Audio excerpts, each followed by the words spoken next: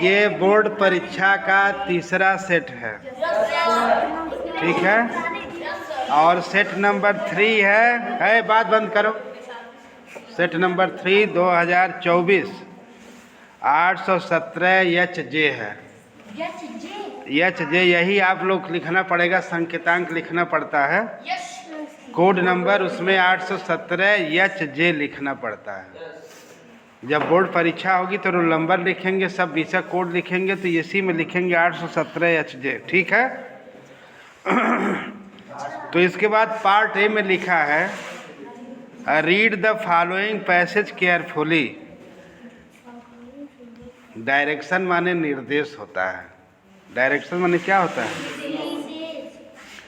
निर्देश में लिखा है read the following passage carefully, यानी इस गद्यांश को सावधानी पूर्वक पढ़ो and choose the correct option to answer, और सही विकल्प का चुनाव करो।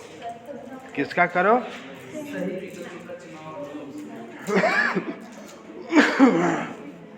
सही विकल्प का चुनाव करो।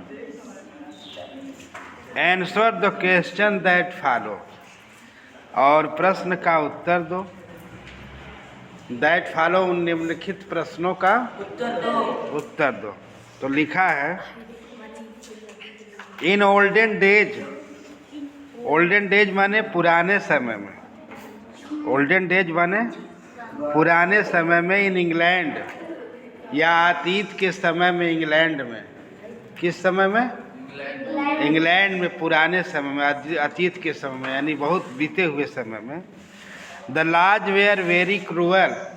लॉज माने कानून, ला माने कानून क्या था? बहुत ही क्रूर था, निर्दयी था। क्रूर, क्रूर, कठोर। बात कम करो, थोड़ा सा पढ़ो। पढ़ नहीं रही हो? कोई अंसाल पेपर हुआ कि नहीं हुआ तुम लोगों का? हमने कहा था कि एक अंसाल पेपर पूरा तैयार होना चाहिए, दूसरा अंसाल पेपर बिल्कुल तैयार होना चाहिए, तो तीसरा जब हल करेंगे तो कुछ न कुछ क्वेश्चन आपका कम होता जाएगा, भार कम होगा। और जब 10 ठो तैयार कर लेंगे एकदम भार खत्म हो जाएगा, आप फ्री होकर परीक्षा दीजिए। और परीक्षा में उलझना चाहते हैं तो मत पढ़िए। तो लिखा गया in the olden days in England, अतीत के समय में इंग्लैंड में, the laws were very cruel. Law माने कानून, बहुत ही कठोर था, बहुत ही क्रूर था। कैसा था? A man could be hanged, एक आदमी को लटका दिया जाता था, फांसी पर लटका दिया जाता था। For very small offence, small माने छोटे से, ऑफेंस माने अपराध के लिए, छोटे से अपराध के लिए भी उसे फांसी पर लटका दिया जाता था। The sheriff hang a man on little or no evidence, यानी शेरिफ को लटका दिया गया एक आदमी को, ऑन ए लिटिल, थोड़ी सी बात के लिए, नो एविडेंस, कोई साक्ष्य प्रमाण नहीं था, है ना। ऑफ्टन, अक्सर, when a man feared some punishment from the sheriff, और जब कोई भी व्यक्ति दंडित होता है ना, डरता है दंड से, शेरिफ से, तो he would run away to the forest, तो वो कहाँ भाग जाता था? जंगल में भाग जाता था। इन द फॉरेस्ट, और जंगल में, he would join the company of other man, तो वह दूसरे व्यक्तियों की कंपनी को, समूह को ज्वाइन कर लेता था, सम्मिलित हो जाता था। Who had come there like him, वह उसी तरह से वहाँ आता था। सच ए मैन, जैसे कि एक आदमी, वेयर कॉल्ड आउट लॉज, जैसे कि उस आदमी को पुकार दिया जाता था कि वो कानून से बाहर है। They made their living by hunting, और वे उन्हें मरा लेते थे और जीवित रहते थे, बाई हंटिंग डियर, शिकार करके, हिरन का शिकार करके जीवित रहते थे। आर बाई रॉबिंग ट्रेवलर्स, या यात्रियों को लूट करके। हाईवे माने मार्गों में, हाईवे मार्ग पर जहाँ जाने आने का रास्ता था, उस मार्ग पर लूट करके यात्रियों को क्या करते थे? अपना जीवित रहते थे, आजीविका चलाते थे। तो यहाँ पहला क्वेश्चन का उत्तर होगा what was the punishment for small offence in England during the olden days? Hanging. ठीक है, हैंगिंग, लटका दिया जाता था। दूसरा में क्या था? Were the keepers of the law England during the old days. और कहाँ रखा जाता था उन्हें? कानून में। पुराने समय में शेरिफ में रखा जाता था ना। Why did a man run away to the forest during the olden days? और आदमी पुराने समय में कहाँ भाग के चला जाता था? जंगल में। To escape punishment from sheriff के लिए भागता कहाँ था? To join the army, to join hunt, to rob travellers. अब हंट भी तो जीवित रहने के लिए। और दूसरा क्या करता था? भाग के। हाँ, why did man run away to the forest? आदमी दौड़ के क्यों चला जाता था जंगल में during the olden days England में? To join army, to hunt deer, to drive travellers, to escape punishment from sheriff. यही लिख दीजिए। आई हंटर डियर तो करता ही था, रॉब भी करता था, है ना। ज्वाइन अदर कंपनी हो जाता था, लेकिन आर्मी नहीं था, ज्वाइन अदर कंपनी लिखा है। ठीक है, भाग जाता था दौड़कर। अब इसके बाद लिखा है क्वेश्चन नंबर 4 है, choose the correct option to answer the following question. I met, क्या लिखा जाएगा? An old man. यहाँ प्रीपोजिशन एन होगा, आर्टिकल होगा, है ना। और unless he begs my, unless माने जब तक कि वह मुझसे क्षमा नहीं मांगता है। I will not excuse him, will होगा। Rearrange the following word cluster to make a meaningful sentence. क्या लिखा जाएगा? I got angry at his behaviour.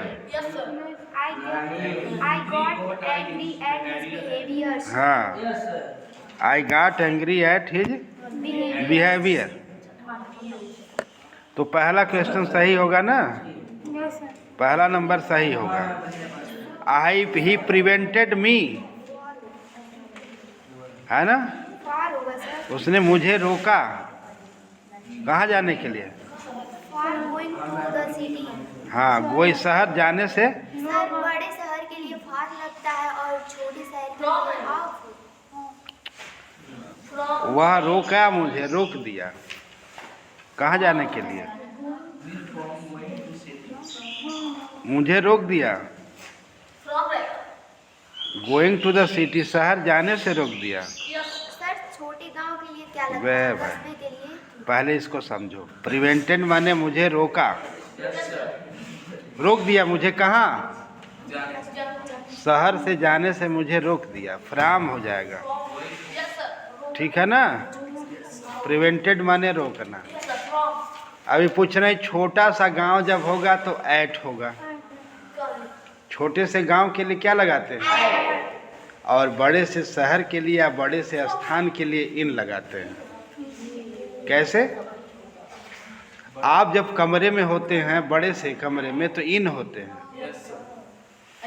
इन में यानी फील्ड में खड़े हैं तब भी इन लगेगा, लेकिन किसी दुकान पर खड़े हैं तो ऐट लगेगा। दरवाजे पर खड़े हैं तो ऐट लगेगा। दरवाजे खटखटाते हैं तो नोक ऐट लगेगा, नोक ऐट दी डोर लगेगा। समझ में आया? तो ऐट स्थान, ऐट छोटे जगह के लिए और इन बड़े जगह के लिए। आई इंटू वहाँ पर करते हैं जहाँ पर अंदर भी जाना हो और गति हो, साथ साथ गति हो, तो वहाँ इंटू कर देते हैं। ठीक है, समझ में आया? तो ये समझ गए। Which of the following word is misspelled? Language ही गलत है। है ना? क्या होगा? क्या है?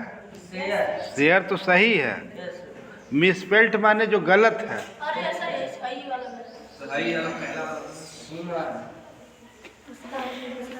कौन पहला? ह्यूमर है। 8वां का ह्यूमर है। ह्यूमर माने मानवीय, शेयर माने हिस्सेदारी, ब्रीफली माने विस्तार से। और सब न वाली नहीं आई है का? अभी आई है। डायरेक्शन नंबर 9 to 10 में है कूरग आर कोडाउ। कूरग अथवा Kodagu the smallest district of Karnataka, जो सबसे छोटे ज़िले हैं कर्नाटक के। Is home to evergreen rain forest, जो सदैव वर्षा वनों से हरे भरे रहते हैं। स्पाइसेज मसाले यानी मसाले एंड काफ़ी प्लांटेशन, मसाले और काफ़ी के प्लांटेशन। पौधे एवरग्रीन सदैव हरे भरे रहते हैं, है ना, रेन फॉरेस्ट जंगल में। और कवर द 30% ऑफ डिस्ट्रिक्ट, और इस ज़िले का 30% भाग ढका हुआ है। ड्यूरिंग द मानसून, मानसून के दौरान।